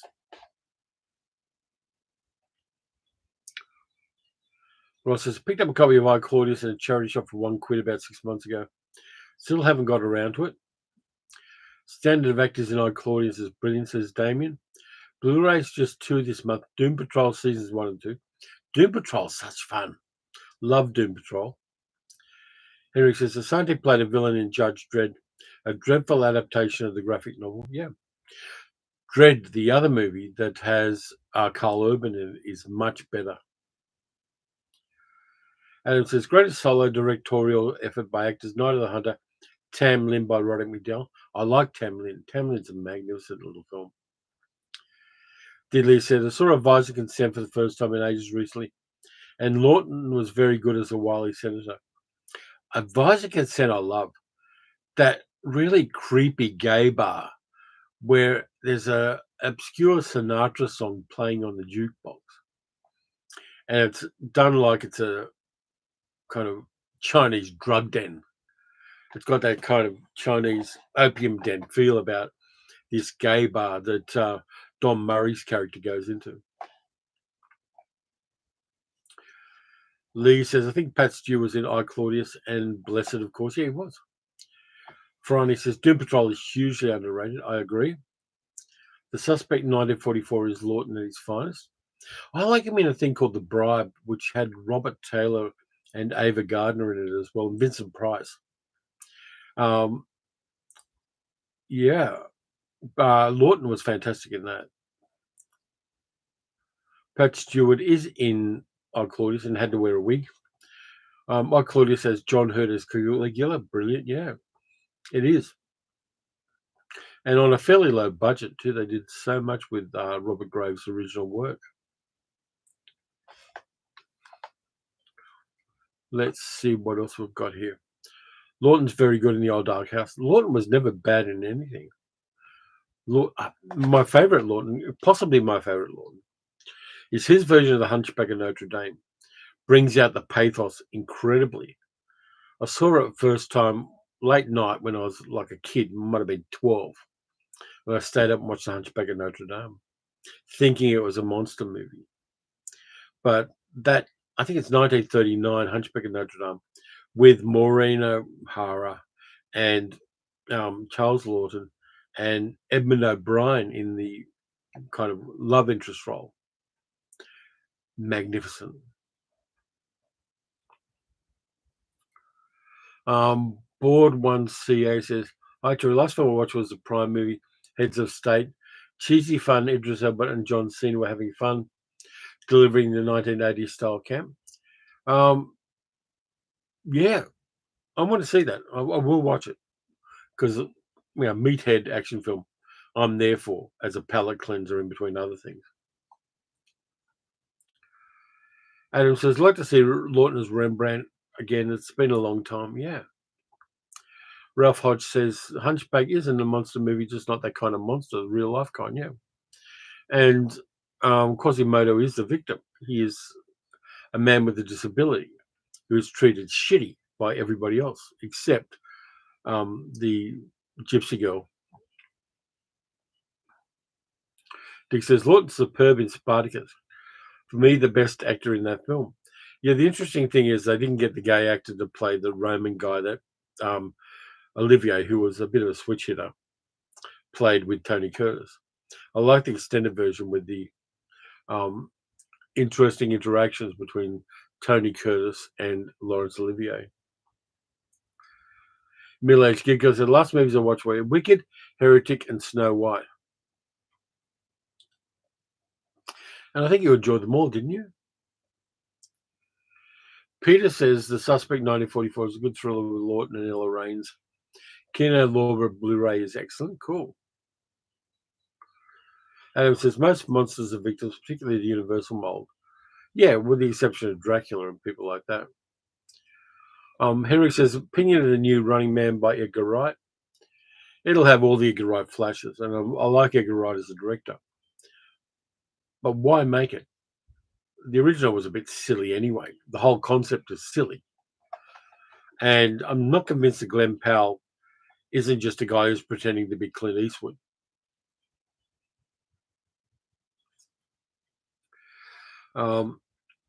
Yeah, so I'll probably watch it at some stage. I may not. If I can go to see it on my movie pass that I have for the Film Critics Association, I'll probably go see it because I did like Last Night in Soho, but it's not a movie I'm anticipating. Dean says, "What's my take on digital versus film when making movies?" I don't make movies, but I like people who to make a movie. So whether somebody can afford to have film, which is an expensive process, I'll admit, good, nice for them. But the quality of digital these days is so superb. There's different use cases for each, but I think they're both valid as an option. And film being so much more expensive, lower budget filmmakers are always going to go digital.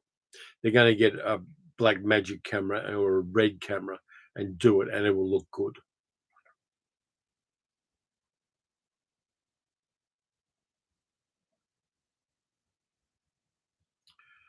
Ross says, "What do I think about Villeneuve doing the next Bond? I think he's a good choice. I want to see who they pick for Bond because I think there are some really good choices out there, but there are also some egregiously bad choices. I think Villeneuve knows genre enough that it's going to be really interesting. I'm a bit concerned about how much influence Amazon will have on how it goes because I'm fairly sure they're not going to pick a big corporate billionaire to be the bad guy because Jeff Bezos won't let them. But I'm waiting to see. I think Villeneuve's the right guy for a director. He knows how to do this stuff. And I want to see what else they bring to it. Adam says, "Like I can write more than these films, feels a bit like that about Danny Boyle. I really enjoyed Last Night in Soho. I think that worked well." Alpha says, "No, Dracula was just tempted by all the people trying to selfishly keep their own blood. He was an asshole." And he says, "Well, I wouldn't be surprised if they cast Glenn Powell as Dirty Harry. Nor would I. Lawton was good in Witness for the prosecution, Damien. Absolutely. Lawton playing off Elsa Lanchester in that is just chef's kiss beautiful." Adam says, "Please don't make the next Bond 3 hours long." I don't care how long it is. I'll watch it. Dear Lisa, speaking of Universal, I just found out that one of Carl Emily's nieces has a YouTube channel talking about the history of Universal horror films. Cool. Ramzar says, I, Claudius, miniseries is excellent. It's about 13 hours long. Yeah, but the good thing is you can watch it in episodes. And that's the lovely thing about it.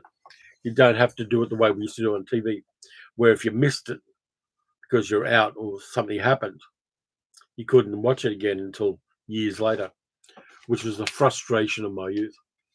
You're waiting years to see a movie, and then a parent will say, we're going out.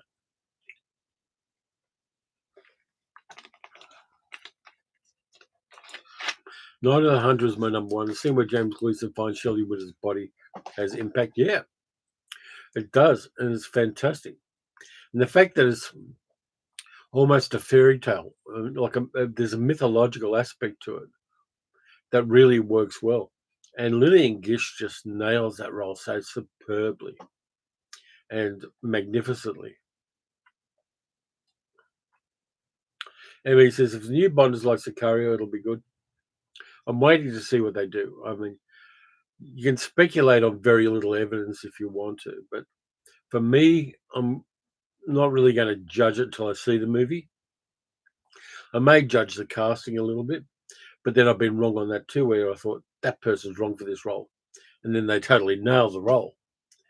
So that kind of stuff, I'm holding back on. I'm interested, but I think speculating on insufficient evidence is a game for amateurs.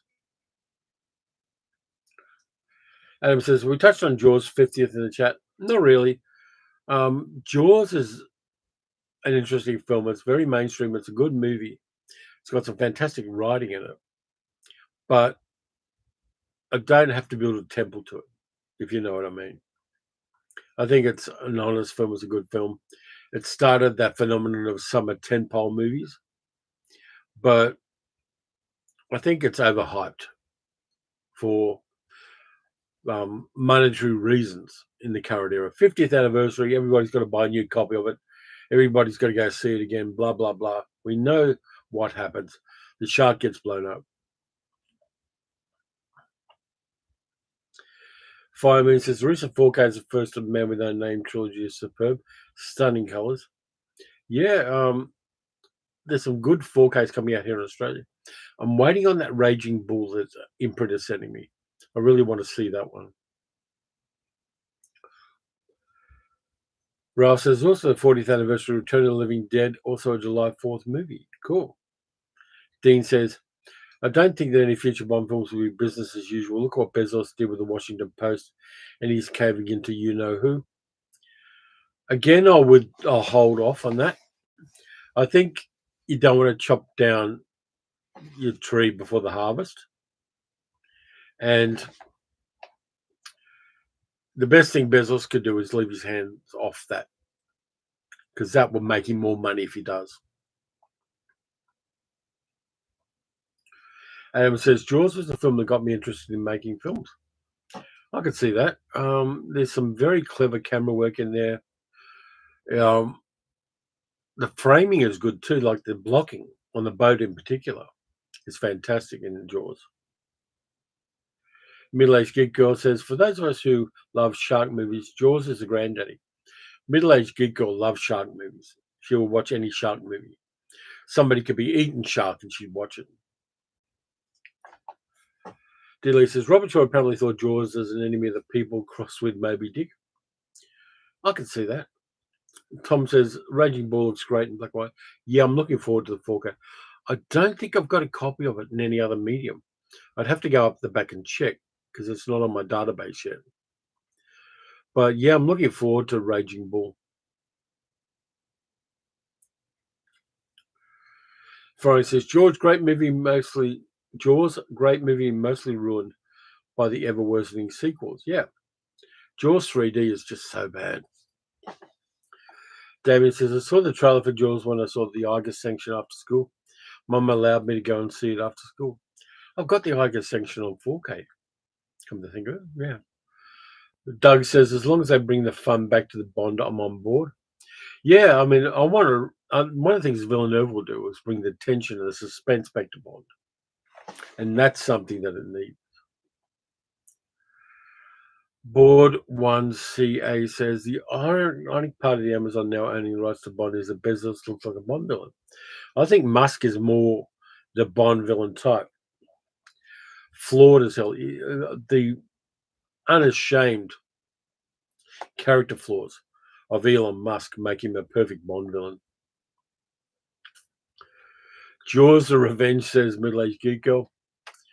Dick says, yeah, Jaws the 50 is just overhyped. Good film, just flogged to death. I can see that. Bezos looks like Lex Luthor, yeah. Nicholas Hoult looks like he's going to be making a good Lex Luthor in the Superman movie. I'm there for a young, media savvy Lex Luthor. I think that's a good choice. Ross says The Shallows is my second favorite shark movie. Cool. Raphael says after Raging Bull tried Grudge Match, Stallone versus Sly. Yeah, I've seen Grudge Match. No, I'm not going back to watch Grudge Match again. Dean says, do you have physical copies of the Sharknado movies? Yeah, we do. We've got Sharknadoes because there's no way middle-aged geek girl wouldn't have Sharknadoes. We've also got the Sharknado Funko Pop figure. Henrik says, I think Jewel is an underrated thriller by Spielberg. Jewel is actually coming up at the Outdoor Theatre. When's it coming up? October 4th. It's going to be on at the Astor Theatre here in Melbourne. So I'm going to go see that for the Cinemaniac showing of that. So I will check that out and I probably will review it. Friday says, would there be the Meg without Jaws? Probably not, but the Meg is good in its own right. And the sequel, you just got to go for the ride with those movies. Middle-aged Guru says, love Sharknado and the rest, and the Megs. Raphael says, enjoy Raging Bull. I will. I'm really looking forward to seeing it on 4K. Ramsar said, Witness for the Prosecution is still in my Chibi watch list. Must capture more time. Yeah, you're going to have a good time with Witness for the Prosecution. And the thing that got people at the time with Witness for the Prosecution is Tyrone Power playing a bad guy. He'd done it before. Things like, he'd done it before in a few movies. And in this one, he really plays a bastard. 5min42 says, I just worried that Q will be ordering Bond gadgets from Amazon. He could be selling them on Amazon. Middle-aged geek girl says, sorry, typing on my iPad, so I'm all over the place, hitting all the wrong keys. Don't worry about it. It's fine. Everybody mistypes. Spielberg's been on a downward slide in his movies since 1941, says Alpha Wolf. I don't know why he remade West Side Story. I think West Side Story stands alone really well. Yes, they do have the non-specific ethnic casting, but the original West Side Story is just a banger. Dean says, Jill was a TV movie of the week in the original format. Does the format make a difference? No, it's a movie. Movie is what it is. And it did show in cinemas here in Australia rather than being put directly on television. Peter says, Lawton was at his comedic and dramatic best and Witness for the Prosecution. Must watch? Absolutely. Middle-aged Geeker says, more shark movies, less Bond. I hate Bond with an unnatural passion. You hate a lot of things with an unnatural passion, let's be honest. But yeah, I mean, I'm looking forward to the new Bond movie. I want to see it. Dick says, Musk is a diamond company just like Blofeld. Yeah, it's a space company just like Hugo Drax.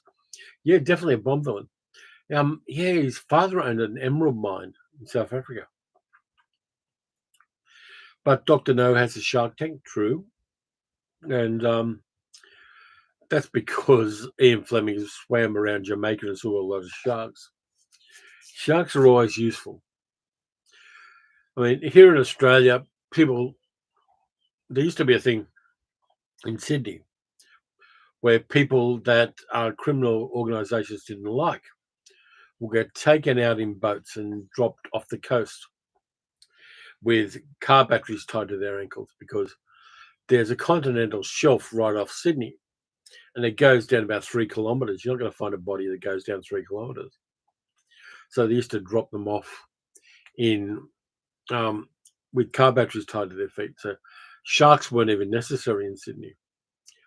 And then after the cops got wise to that, pig farms became the way of getting rid of bodies in Sydney. Does Adam West with the shark on his leg count as deadly? No, because he had the anti-shark bat spray. Damien says, slowly going through all the Bond films at the moment. Fast forward through the Roger Moore ones. They were fucking egregious. Isn't Australia Shark Central? No, it isn't. Not in any way is Australia Shark Central. The waters around Australia might be, but Australia itself's too bloody dry for sharks. Bye, Mystery Man. You're losing battery life. Take care. Thanks for being part of the chat. We've got 5 minutes left. Ask me anything. Ask me some personal stuff. Ask me some movie stuff. Adam loves Roger Moore. No, not good as Bond. His Bond was like Pee Wee Herman playing Hercules. Henry says, which Bond is the ugly duckling franchise? Any movie with Roger Moore. Thanks, Dean. I like that. Middle-aged Geeko says, what's for breakfast? We'll work that out in about 7 minutes. Eric says, the Madonna one. We'll see. I mean, I don't mind Pierce Brosnan, but I think he's definitely lower tier James Bond. I really like Daniel Craig because he's a good actor, and his Bond suffered. Tom says, did I attend any film classes in college? No, the only time I went to university was on Saturday afternoons at the University of Sydney when I played Dungeons and Dragons with my friends. I left school at 15. I don't have any training at all in film anything. Dean says, got to go, homemade pizza time for supper. Enjoy the pizza, Dean, and thanks for being part of the chat. Board 1CA says, ever thought of doing an episode of my favourite film scores? Here's the problem. If I put anything in about film scores, the copyright strikes start hitting from YouTube and I don't get money for that video because the people who own the rights to the music get the money. And that becomes a big problem because my cash flow gets knocked in the ass. And if I get 3 copyright strikes against my videos, my whole channel disappears. So even though I do like a lot of soundtracks, it's incredibly hard to do a video about them. Damien says, I dislike Die Another Day. Yeah, that's pretty weak. Friday says, what movie would you most like to see made? What movies would you like to see remade? I want to see somebody do a decent version of a Travis McGee movie on John D. McDonald novels. I think that could be a good movie series if they set it in the 1960s. Tarkovsky on your art house list, says Adam, possibly. I think I may do Solaris. Noel says, the Son of Frankenstein's worth a watch. Bela Lugosi's performance as Igor. Perhaps his best, and the set design is superb. I've seen it. Haven't seen it lately. D. says, Peter Benchley, who was a conservationist, supposedly regretted the impact of Jaws on the image of the great white sharks. Yeah. And that's one of the things we constantly have here. When somebody gets taken by a shark, it's usually because they wore a black wetsuit and the sharks thought they were a seal. And then you get all of the wankers going out and trying to kill all the sharks. So that's a big discussion here. Mostly that kind of thing happens in Western Australia and on the north coast of Tasmania. Middle-aged geek says, I love sharks, the real animals, and hate when we colour them. The ocean is their home, not ours. I agree. And the other thing with sharks is there used to be a shallow shark tank at Manly in Sydney on the coast in their aquarium. And there was this thing where you used to flip coins onto the backs of sharks, which helped raise funds for the aquarium. And so, you'd get a 20-cent coin and try to flip it on the back of a stingray or a shark in this tank. It was incredibly popular to do, but I'm not sure it was good to do. Ross says, cheers for the stream, Terry. Best wishes to you and Sal. Looking forward to your Hard House Festival. So am I, Ross. I don't know how it's going to go, but I am incredibly looking forward to it. And it is time to end the live stream. So we really must knock that naughty clock that says it's time to go. It goes so fast, our time has passed, and we must end our show. Thanks, Peter. Keep up the great work and take care, mate. I will do. And I'll catch all you guys later. And it's time for me to go and work out breakfast with Middle Aged Geek Girl. So I'll see you guys later.